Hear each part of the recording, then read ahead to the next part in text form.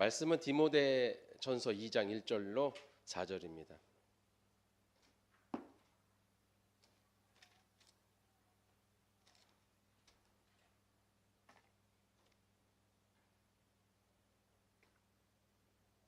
디모데전서 2장 1절로 4절 다 같이 읽도록 하겠습니다.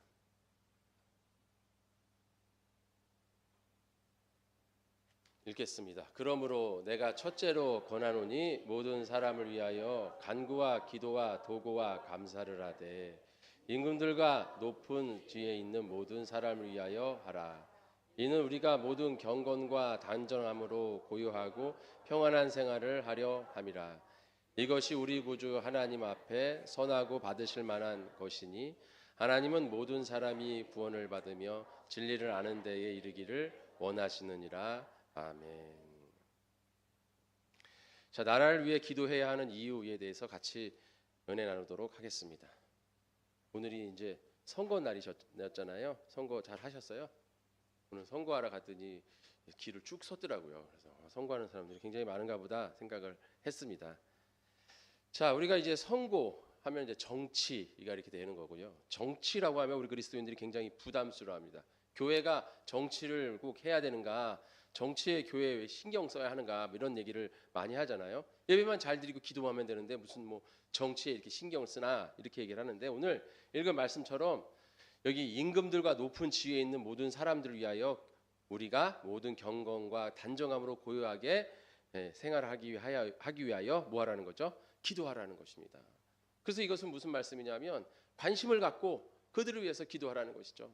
우리가 이 정치인들, 위정자들, 또 이 나라의 지도자들을 관심을 갖고 그들을 위해서 기도할 때에 이 나라가 변하고 정치가 변한다는 것이죠. 그리고 우리가 그것을 놓고 기도해야 된다는 것입니다. 이 말씀은 뭐냐면 바로 정치 참여하라는 것이죠. 이 정교분리라는 단어가 있어요. 정교분리가 왜 정교분리였냐면 이 1791년에 그 연방 수정 제1법 미국에 거기 보면 뭐 저희가 뭐 미국의 수정 제1법 헌법까지 알 필요는 없지만 거기에 이런 말이 있어요. 연방의회는 국교를 정하거나 자유로운 종교 행위를 금지한 법을 만들 수 없다.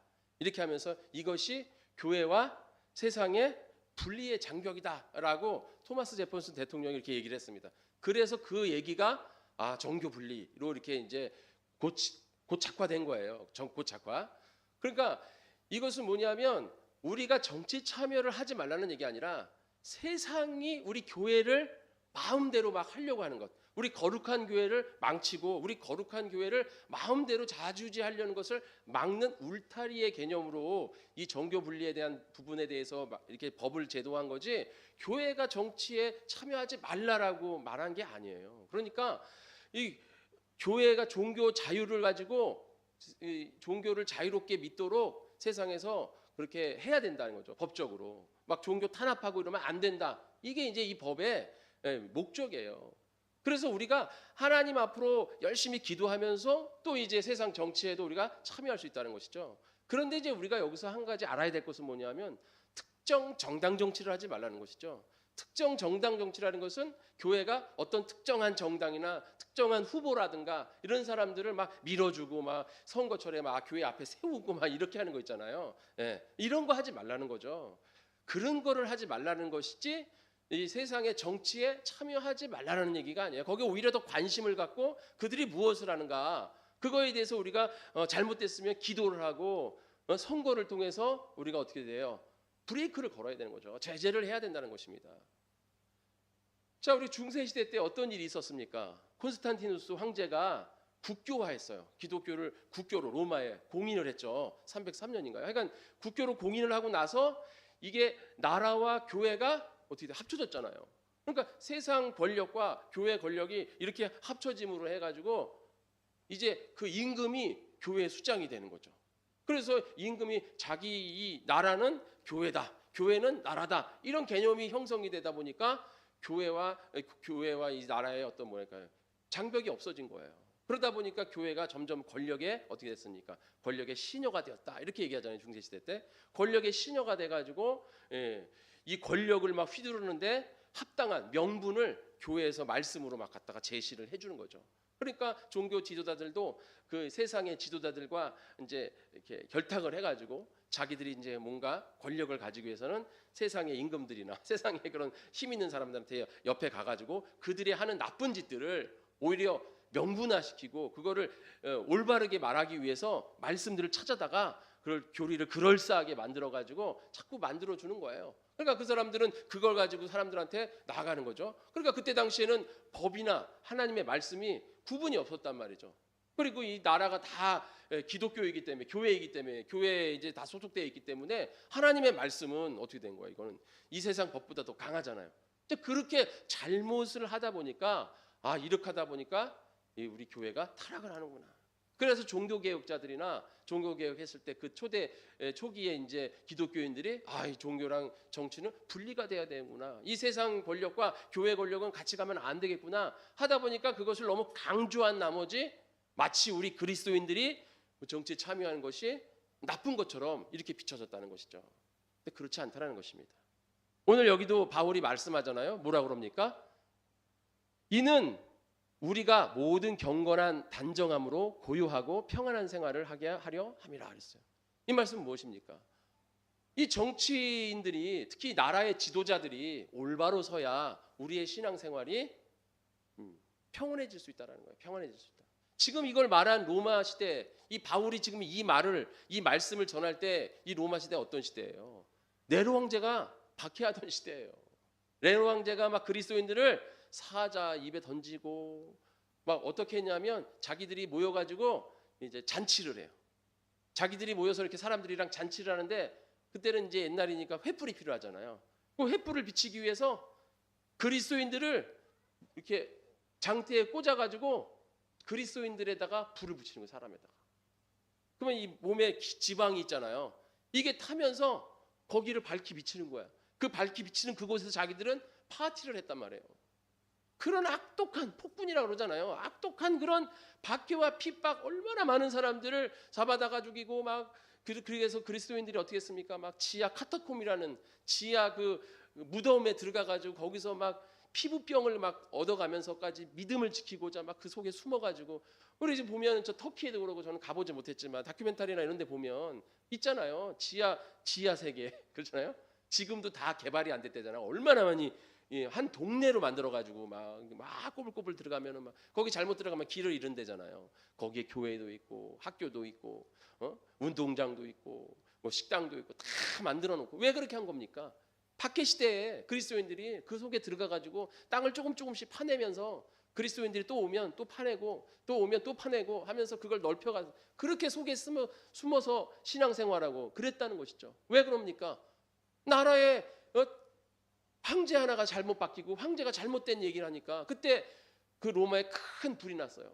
그 큰 불이 나가지고 뭐 사람들은 네로 황제가 정신이 약간 미쳐가지고 자기가 불 질러놓고 그거를 보면서 껄껄거리면서 웃었다라는 뭐 그런 야화도 있지만 그건 뭐 역사적인 어떤 고증이 없는 얘기고 어쨌든 그렇게 불이 크게 났습니다. 그 불이 나니까 사람들이 어때요? 싱숭생숭하고 사람들의 그 민심이 안 좋아지잖아요. 민심이 안 좋아지니까 그 민심을 뭔가 잡아야 되는데 어떻게 잡아야 되나? 그래서 그걸 가지고 그리스도인들이 그렇게 했다. 교회 다니는 기독교인들이 불지른 거다. 그들이 맨날 밤에 모여가지고 촛불 켜놓고 예배드리고 그렇게 모이니까 그러다가 졸아가지고 촛불이 떨어져가지고 불이 나가지고 이렇게 화재가 커져가지고 지금 로마가 이렇게 불탄 거다 하면서 기독교인들한테 다 공을 넘기면서 그러니까 이제 어떻게 된다? 그리스도인들을 못 모이게 한다. 모이지 못하게 해야 된다. 그리고 모이면 잡아들여야 된다. 그리고 그것을 명분화해가지고 모이는 그리스도인들을 잡아들여서 죽이고 핍박하고 고문하고 그렇게 했단 말이죠. 그 한 사람 때문에 수많은 그리스도인이 죽었다는 거예요. 바울은 그것을 몸소 경험한 거 아닙니까? 야 이거 올바른 사람 서야지 잘못된 사람 서면 진짜 그 피해는 누가 받는 거예요? 우리 그리스도인들이 받고 올바른 사람이 서지 못하면 사회적 약자가 아니라 불의웃 정말 힘들고 어려운 사람들이 받는 거잖아요. 그런 사람들이 그러니까 우리가 이웃사랑이라는 게 있잖아요. 이웃사랑. 내 이웃을 내 몸같이 사랑하라. 하나님 말씀하셨잖아. 이것이 제일 큰 계명 두 가지. 하나님을 사랑하고 이웃을 사랑해라. 그 이웃을 사랑하는 우리의 가장 기본적인 게 뭐냐? 바로 선거죠. 정치 참여인 거예요. 우리가 올바른 지도자를 뽑지 않으면 그 손해와 그 피해는 누가 받냐? 우리가 받는 거예요. 우리가 그대로 받는 겁니다. 그럼 우리가 어떻게 해야 됩니까? 우리 그리스도인들이 기도하면서 선거에 참여해야 되는 거죠. 그래서 우리가 기도하며 나가야 되는 거예요. 그냥 그거는 세상 사람들이 알아서 하는 것이고 우리는 그냥 뭐 기도만 하면 다 알아서 하나님 해주시겠지. 물론 우리가 하나님이 해주십니다. 여러분 이 기도하는 거 여러분 이런 우리의 개념들 있잖아요. 이런 것들을 잘 가져야 돼요. 제가 지금 이제 원래 5월 달이 교리를 공부하는 달이었어요. 근데 5월 달이 이제 가정의 달인데 교리랑 맞지 않아 가지고 제가 교리를 6월 달로 옮기고 5월 달에는 사랑에 대해서 내가 설교를 해야겠다 해 가지고 사랑에 대해 설교를 했는데 그래서 이제 6월 달에 교리 쪽에 대해서 설교를 하려고 준비를 하는 가운데 제가 놀라운 걸 깨달았단 말이죠. 지금 이제 우리 현대 교회가 굉장히 세련되고 교회가 굉장히 세련되고 우리 교회만 봐도 옛날 교회랑 우리 교회 지금 비교해서 얼마나 교회가 아름답고 세련되고 정말 지금도 많은 사람들이 막 와서 너무 부러워가지고 막 이 교회 어제인가 그제는 이틀 동안 사람들이 와가지고 뭐라 그러냐면 이러는 거예요. 여기가 천국인가요? 오셔가지고 그래서 어제 그 알바하는 여자 청년 있잖아요. 그 수아한테 어떤 분이 오셔가지고 여기가 천국인가요? 낙원인가요? 너무 좋아요. 이렇게 얘기했다는 거예요. 그래서 그런 사람이 있냐? 근데 오늘도 이창삼한테 와가지고 어떤 분이 여기가 천국인가요? 이렇게 물어보더라는 거예요. 너무 이쁘다고. 그런데 어쨌든 교회들이 점점 이제 세련되어지고 참 이뻐지고 교회들이 참 아름다워지고 그리고 또 우리가 하는 이런 찬양도 우리 교회 얼마나 찬양단도 잘해요, 그죠? 잘하고 그러니까 저만 잘하면 되는 거죠. 그래서 이제 다 교회가 참 세련되고 잘 나아가고 있는데 그런데 겉으로는 화려하고 세련되고 참 아름다운데 이상하게 힘은 점점점 잃어가는 듯한 세상의 어떤 그런 모임과 단체와 별반 차이가 없는 듯한 그런 느낌을 느낄 때가 있다는 것이죠. 뭔가 영적으로 참 거룩히 구별된 그러한 정말 영적인 우리 힘을 가지고 나가는 그런 교회, 물론 우리 교회는 그런 교회인데 요즘 현대 한국 교회들이 점점 힘이 약해지고 특별히 한국 교회가 얼마나 영적으로 강했습니까? 전 세계에서 이러한 교회가 없다 할 정도로 이러한 나라가 없다 할 정도로 선교학적으로도 정말 이거는 연구 대상이라고 할 정도로 사람들이 많이 한국 교회를 연구하고 굉장히 그랬단 말이죠. 그런데 지금 많이 힘들어졌어요. 왜 그럽니까? 우리가 이제 열심으로 교회를 조금 더 수준 높이고 교회를 좀 더 세련되게 하고 교회를 조금 더 우리가 신앙생활을 좀 더 윤택하게 잘하게 하기 위해서 우리가 들여온 어떤 이런 제도들이 있어요. 그런 제도들이 들어올 때는 우리에게 굉장히 좋은 명분을 갖고 들어왔는데 그게 들어와서 우리나라의 교회 고착화가 되면서 그것이 이제 변하면서 그것이 변하면서 주객이 전도가 된 거예요. 주객이 전도가 되면서 처음에는 굉장히 좋았는데 그것이 우리에게 나쁜 영향력을 조금씩 끼치게 됐다는 것이죠. 그래서 우리가 조금 힘을 잃었구나. 그러니까 쉽게 얘기해서 기도 같은 경우에 제가 지금 기도 얘기했는데 기도 같은 경우에도 기도는 우리가 예전의 기도는 뭡니까? 그냥 하나님 앞에 나와서 그냥 생각을 안 하는 거죠. 그냥 아이같이 하나님 앞에 나와서 내가 원하는 거 주님 앞에 매달리고 부르짖고 이것이 옳은 기도인지 그런 기도인지 그런 거 생각 안 했어요. 그냥 내가 기도하고 싶으면 하나님 앞에 나와서 울면서 기도하고 막 떼쓰고 하나님 앞에 소리 지르고 막 하여간 이렇게 몸부림치면서 막 기도했어요. 근데 우리가 요즘 기도를 이렇게 하면 기도가 무엇입니까? 기도는 하나님의 뜻을 깨달아가는 것입니다. 너무나 좋잖아요. 저도 그렇게 많이 설교를 했으니까. 그런데 그렇게 생각하다 보니까 우리가 기도할 때 하나님의 뜻을 깨닫는 건데 내가 내 뜻을 하나님 앞에 관철시키는 건 좀 잘못된 거 아닌가? 이런 생각을 제가 하고 있는 거 어느 날 기도라는데 이건 아니지. 내가 그런 생각을 이건 아니지. 내가 그냥 하나님 앞에 아이처럼 나와서 그냥 아무 생각 없이 주님 앞에 기도해야 되는데 내 뜻을 하나님 앞에 관철시키는 건 아니지. 이런 생각을 제가 하고 있다는 거죠. 이거 되게 교만한 거 아닙니까? 하나님과 나의 뜻과 하나님의 뜻이 하나님의 그 지성이 얼마나 대단한 겁니까? 어마어마한 거 아니에요. 우리 하나님 만든 이 세상의 원리도 다 알지도 못하고 지금 과학이라고 말하고 합리화적으로 과학적이라고 얘기하지만 과학도 다 지금 세상 옛날 과학 다 허물어지고 있잖아요. 지금 양자역학이라는 과학이 나와가지고 지금 우리가 그동안 알고 있는 그 과학의 원리가 양자역학에서는 다 안 통해. 전혀 통하지 않는. 그러니까 그 진리라고 생각하고 그게 옳다고 생각했던 그 원리들이 그 양자역학 똑같은 과학 속에서는 전혀 다른 얘기가 되는 거죠. 그러니까 그런 것도 이해를 못 하는데 우리가 하나님의 그 뜻을 우리가 이 내 뜻을 하나님 앞에 관철시키기 위해서 내가 기도를 못 하고 이거 내 뜻을 하나님 앞에 관철시키는 거니까 이거 내가 잘못된 거 아니야? 그러니까 쉽게 얘기해서 남학신 아들이랑 집신 아들이 오늘은 비가 오게 해주세요. 엄마가 그 엄마 기도할 때 오늘 비가 오게 해주세요면은 집신 아이는 어떡하지? 그리고 이제 그럼 비가 오지 말게 해주세요. 남학신 아이는 어떡하지? 이런 그러한 매너리즘에 우리가 빠져가지고 거기서 갈등하고 있는 거예요. 기도를 올바로 하지 못하고 하나님 앞에 나의 모든 것을 던져가지고 그냥 매달리지 못하고 내가 그렇게 지성적으로 그걸 판단하고 앉아있더라는 거예요. 제가 이게 잘못된 거구나 지금. 우리가 그냥 하나님 앞에 매달려서 그냥 내가 원하는 거 이게 옳은 건지 그런 건지 몰라. 나는 하나님 앞에서는 완전히 어린아이보다도 더 어린아이. 그러니까 어항에 물고기가 있잖아요. 근데 그 물고기가 너무 이제 이쁜 거야. 그래가지고 물고기에다가 그 어항을 막 아름답게 꾸며주는 거죠. 물도 그냥 최고급 물로 갈아주고 막 거기에 막 수초도 해주고 막 이쁘게 막 해주고 다 해가지고선 그렇게 해줘도 그 물고기가 그걸 이해할까요? 나의 마음을 그 물고기가 나의 마음을 이해해가지고 주인님 감사합니다 이렇게 하냐 이거죠. 절대 이해를 못해요. 걔는 왜 자꾸 이렇게 물을 갈아버리는 거야? 힘들어 죽겠네. 왜 자꾸 물 손가락을 넣어가지고선 왜 수초를 자꾸 심는 거야? 힘들게. 왜 우리가 짜증을 내지? 그 이해를 못해요. 걔는 그 지능이 그거밖에 안 돼. 걔는 우리가 하나님 앞에 그보다도 더 지능이 안 되는 굉장히 지능이 안 되는 거야 하나님 앞에. 근데 지금 생각하면서 기도를 하고 있다는 거죠.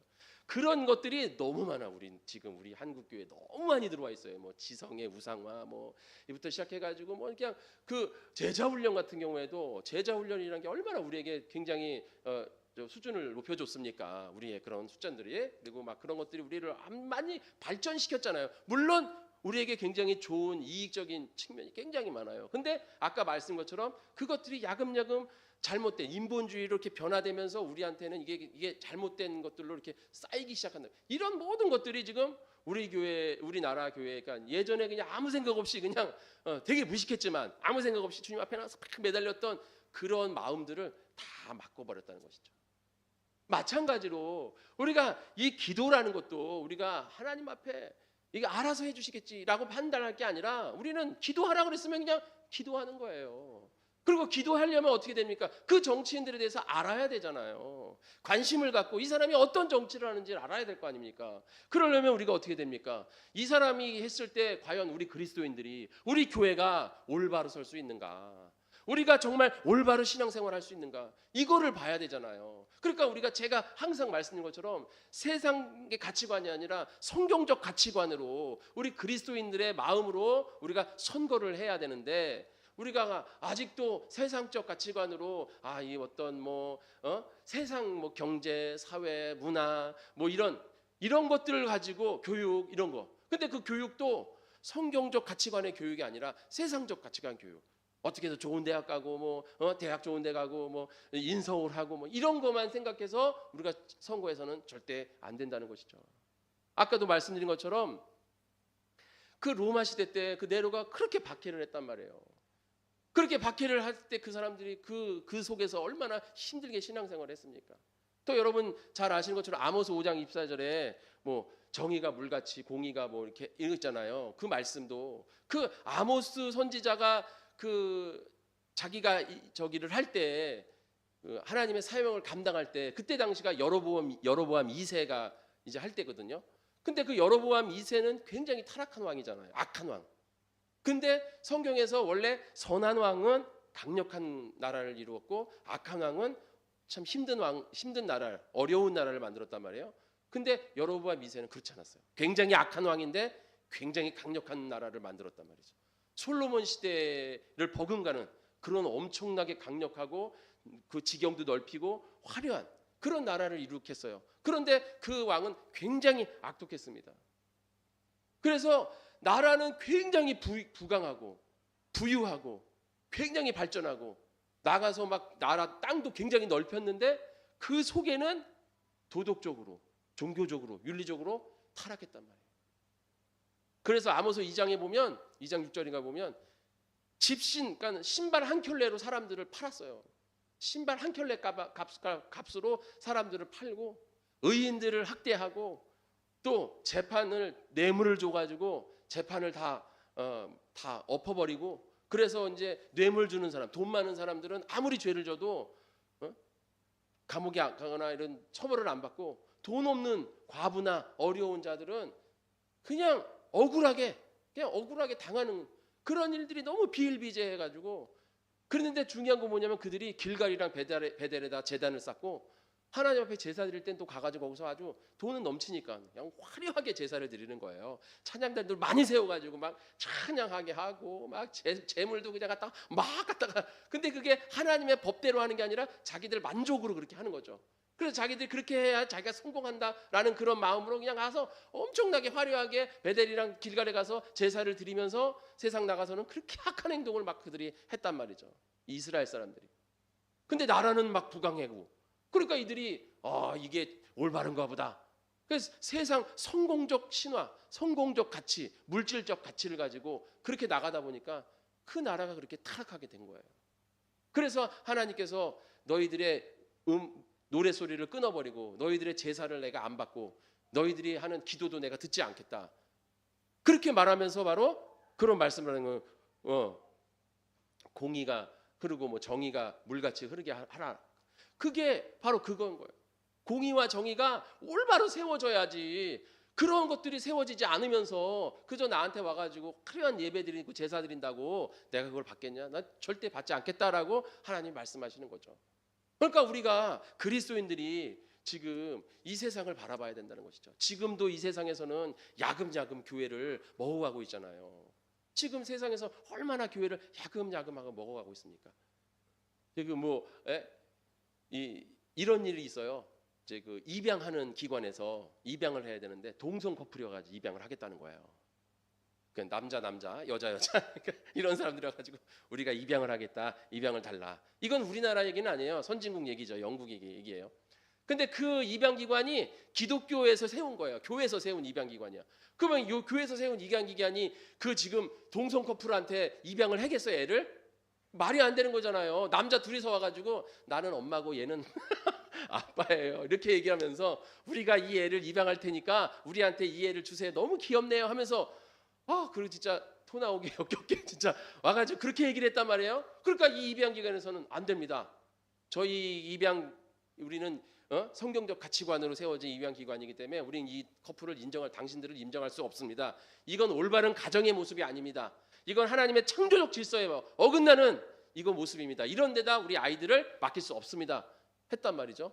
그런데 그 동성 커플이 가가지고 고소를 했어요. 그래가지고 그 입양 기관이 자격이 정지됐어요. 그래서 문을 닫았단 말이죠. 이게 지금 우리나라에 조금 있으면 일어날 일들이에요.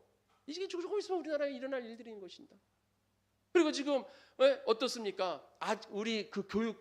우리나라 교육만 해도 지금 어때요? 교육에 뭐 젠더 이데올로기 집어넣고 또 성적 자기결정권을 지금 집어넣고 있잖아요. 성적 자기결정권이 뭔지 아세요?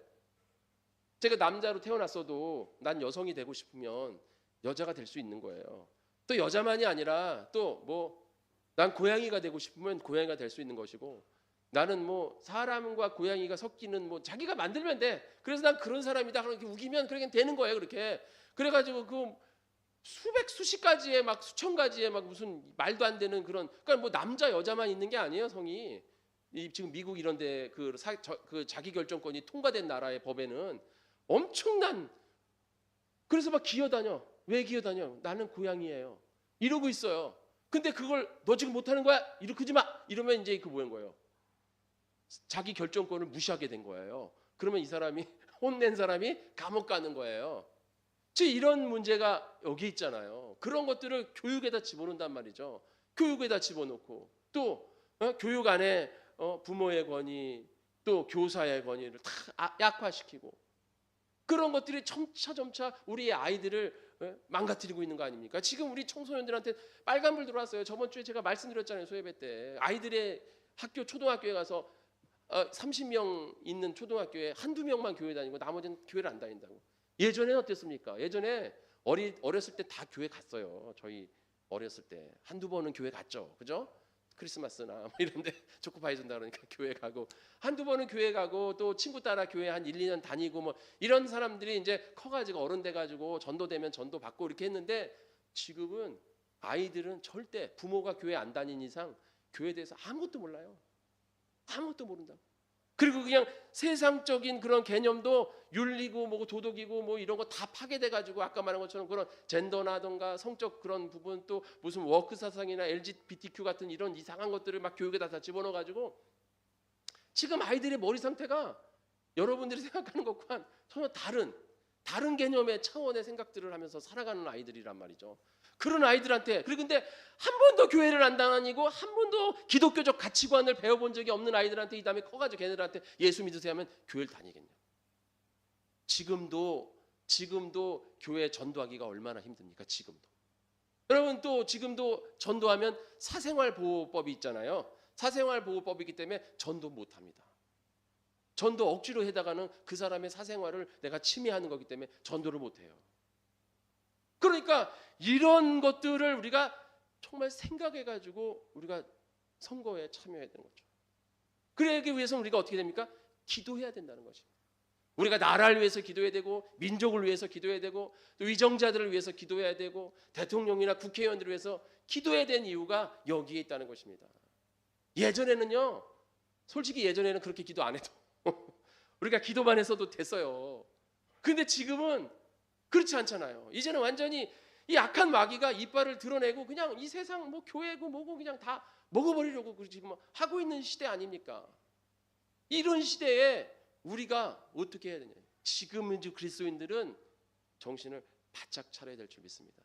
지금 초대 그리스도인, 그 초대교회 박해받았던 그 초대교회와 별반 다름없는 게 지금 우리가 그 박해받았던 그 네로 시대 때, 그 바울이 그 초기 교회 때 그 박해를 통해서 카타콤이라는 지하 무덤에 들어가든가 아니면 땅을 파고 그 속에 들어가서 신앙생활했던 그 시대와 지금 이 시대가 별반 다름없어요. 지금 조금 있으면, 그때는 막 총과 칼과 이런 거로 탄압을 하고 막 사람을 죽이고 했지만 지금은 어떻습니까?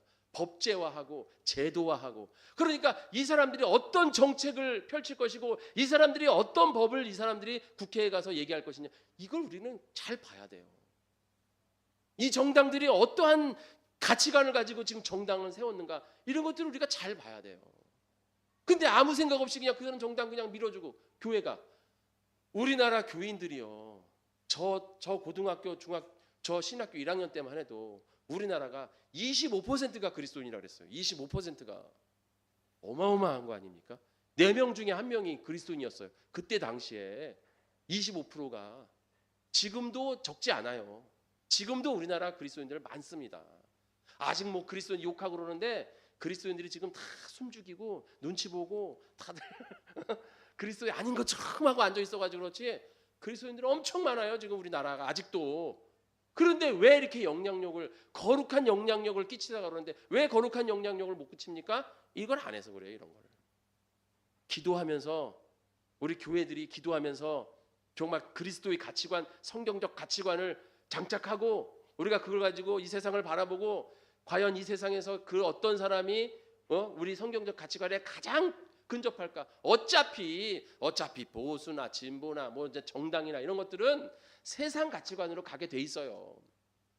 우리 교회는 그런 정당 위에 서야 될 줄 믿습니다. 우리는 복음과 말씀으로 서는 거예요. 그래서 복음과 말씀으로 그나마 그들이 어떤 사람들이 우리 이 그리스도의 가치관에 가장 근접할 수 있을까, 이걸 보는 거죠. 그리고 또 믿음 있는 사람들이 있으면 또 너무 감사한 거고. 근데 믿음이 있다고 하지만 또 그냥 겉모습만 믿음 가진 사람들도 많으니까 우리가 그래서 그들을 놓고 우리는 기도해야 될 줄 믿습니다. 우리 복된 성은교회 성도님들, 우리가 이 세상을 살아가면서 거룩한 영향력을 끼쳐야 될 줄 믿습니다. 로마서 13장 2절에 보면 이 모든 세상의 주권들, 이 권력들은 어디서부터 나온다고 바울이 말씀했습니까? 하나님으로부터 나온다고 그랬어요. 이 세상의 권력과 이 세상의 권세자들은 다 하나님으로부터 나온다. 그러니까 우리가 신앙생활하는 게 교회 안에서만 신앙생활하는 게 아니라 교회와 세상에서 신앙생활하는 것입니다. 이 모든 주권이 하나님에게 나오는 줄 믿습니다. 그렇기 때문에 우리는 그들을 위해서 기도해야 될 줄 믿습니다. 그래서 우리가 여러분 선거를 다 잘할 줄 믿습니다. 그런데 어쨌든 여러분들이 이것을 꼭 기억하고 다음 선거에도 항상 나는 누구를 뽑을까? 그럼 누구 뽑으셨어요? 누구를 뽑을까? 그러면 어떤 사람이 가장 정말 성경적 가치관에 근접한 사람일까? 우린 이것을 바라봐야 될 줄 믿습니다. 그리고 우리가 그걸 놓고선 기도해야 되는 것이고요. 원래는 제가 이 설교를 이번 주에 하려고 했어요. 그 이번 주에 하고 다음 주에 이제 사랑을 정리하려고 했는데 그렇게 되면 좀 너무 좀 그런 것 같아서 뭐 마치 선거 활동하는 부분 같아가지고 제가 끝나고 하는 게 낫겠다. 우리가 끝나고 정말 올바른 성경적 가치관을 가지고 우리가 이 세상을 살아가야겠구나. 그리고 우리가 정치에 참여해야 되겠구나. 그래서 우리 그리스도인들은 표를 항상 투표를 해야 돼요. 투표를 안 하면 안 됩니다. 저도 예전에는 투표를 안 했어요. 뭐 어차피 다 될 놈이 되고 할 놈이 하는 거지 뭐. 그래서 저도 안 했어요, 투표를. 근데 제가 이 성경적 가치관을 알고 나서는 이거 투표해야 되는구나. 내가 무조건 해야 되구나. 그래서 예전엔 여기 가까운 데 가서도 귀찮아 안 왔는데 차 타고 가서라도 제가 오늘 차 타고 가가지고 아당이동 가서 하고 하잖아요. 제 딸을 깨워가지고 야 가서 해야 돼. 그래가지고 가서 같이 해고 왔단 말이죠. 그래서 우리가 이걸 하고 정말 올바른 나라를 세워야 될 줄 믿습니다. 이 땅이 지금 우리 다음 세대들이 올바로 서야 되는데 지금 물질의 세계가 돼가지고 물질을 바라보고 물질을 위해서 물질의 삶을 살아가는 것이 올바른 삶, 진리의 삶이 되고 물질과 반하는 삶을 살아가면 그것이 거짓이고 그것이 악이 되는 그런 시대에 살고 있단 말이죠. 우리 아이들이 거기에 아주 매몰되고 가고 있다는 거예요. 이 세상이 점점 그렇게 만들어가고 있다. 그럼 우리는 거기에 휩쓸려야 되냐 거죠. 아니라는 것이죠. 우리는 정말 우리 아이들한테 성경적 가치관, 말씀의 가치관, 그 복음의 가치관을 심어야 될 줄 믿습니다. 그래서 그들이 올바로 서고 왜 기도해야 됩니까? 우리 아이들이 살아갈 땅입니다. 이 땅이. 이 땅에서 살아가야 되는데 우리는 이제 이렇게 다 살아서 우리가 이렇게 살다 죽지 뭐 이렇게 하겠지만 이제 커갈 아이들은 이 엄청난 이 죄악이 몰려오는 이 파도 속에서 어떻게 이것을 감내하고 살아가야 되는 거죠. 우리가 이거 만들어 놓은 이 땅에서 어떻게 지금 이렇게 살아가야 되냐 이거죠. 우리는 그걸 놓고 우리는 기도해야 될 줄 믿습니다. 이것이 바로 우리 교회 영적 사명이며 그래서 4절에 이런 말씀을 하십니다. 하나님은 모든 사람이 구원을 받으며 진리를 아는 데 이르기를 원하시느니라. 우리 복된 성업교회 성도님들 나라와 민족과 또 위종자들과 이 지도자들을 위해서 기도하신 여러분 되시기 바랍니다. 우리는 빛과 소금의 역할을 감당하는 자들입니다. 우리가 빛과 소금의 역할을 감당하기 위해서는 기도하고 나아가 세상에 참여하고 예수님도 가이사라의 것은 가이사라에게 하나님의 것은 하나님의 것에 바치라. 그러니까 그 세상 주권을 인정했다는 것이죠. 그러면 우리는 어떻게 됩니까? 정말 하나님의 주권 아래서 그 모든 것을 정말 믿음으로 감당하고 복음의 말씀으로 나아가시는 우리 복된 성원교회 성도님들 되시기를 축원합니다. 우리 시간 다 같이 찬송하고 기도하는 시간 갖도록 하겠습니다.